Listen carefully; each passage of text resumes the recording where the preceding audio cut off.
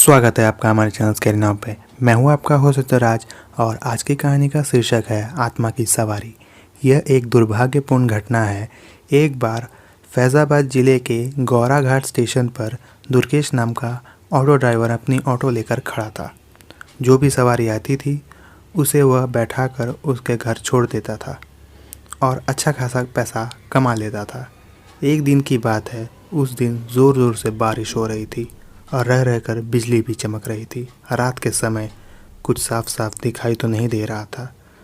वह वापस अपने घर जाने के लिए सोच ही रहा था कि उसे याद आया कि 1 घंटे बाद एक पैसेंजर ट्रेन आने वाली है और वह फिर वहीं रुक गया। इतने में वह घना अंधेरा और ज़्यादा गहरा होता चला गया। वह अंधेरा इतना ज़्यादा गहरा हो चुका था कि उसे एक हाथ दूर खड़ी चीज़ भी नहीं दिखाई दे रही। इतने में तभी वहाँ एक ट्रेन आकर रुकी।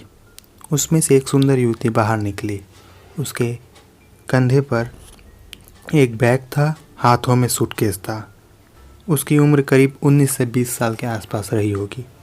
मानो ऐसा लग रहा था कि कोई परी ही आ गई हो। उसने सीधे मेरी तरफ आकर पूछा, भैया रामपुर जाना है, क्या आप मुझे वहाँ तक छोड़ देंगे? मैंने बोला, मेम साहब, अगर आप अभी चलेंगी तो 700 रुपये लूँगा और अगर सुबह चलेंगी तो आपसे सिर्फ 200 रुपये लूँगा। लड़की ने बोला, आप 700 ले लेना, लेकिन मुझे अभी छोड़ दो।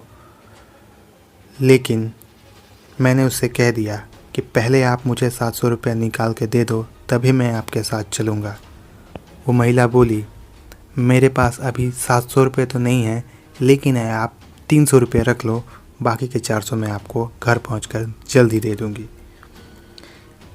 इसीलिए मैंने उसे अपने टैक्सी में बिठा लिया और उसके घर की तरफ चल दिया। आधा 1 घंटा बीत चुका था। हम उसके घर पहुंच चुके थे। अब वो महिला अपने गाड़ी से उतरी और घर की तरफ गई। मैंने कुछ देर इंतज़ार किया और करीब आधा घंटा बीत चुका था। वह अंदर से बाहर निकल ही नहीं रही थी। तो मैंने सोचा, चलो मैं ही अंदर जाके पैसा ले आता हूँ। रात के करीब 3 बज चुके थे। जब मैंने घर का दरवाज़ा खटखटाया तो अंदर से एक माताजी अपनी आंखों को मलते हुए दरवाज़ा खोला और बोली, आप कौन हो? इतनी रात को यहाँ क्यों आए हो और क्यों ज़ोर ज़ोर से दरवाज़ा मार रहे हो? मैंने बोला कि जो अभी थोड़ी देर पहले मेम साहब आई थी, उन्होंने मेरा पूरा किराया नहीं दिया है, इसलिए मैं अंदर आया हूँ। माताजी ने बोला, यहाँ तो केवल मैं और मेरा पति रहते हैं, यहाँ कोई मेम साहब नहीं रहती है, शायद आपको गलतफहमी होगी। बातें करते करते सुबह हो गई। अचानक मेरी नज़र दीवार पर पड़ी जहाँ उसी लड़की की फ़ोटो टंगी हुई थी जिस पर हार चढ़ा हुआ था। मैंने उन माताजी से कहा, जी हाँ, यही मेम साहब तो थी जिन्हें मैं लेकर आया था। माताजी रोते रोते हुए बोली, बेटा यह नहीं हो सकता, क्योंकि 5 साल पहले ट्रेन दुर्घटना में इसकी मौत हो चुकी थी और अब ये ज़िंदा नहीं है।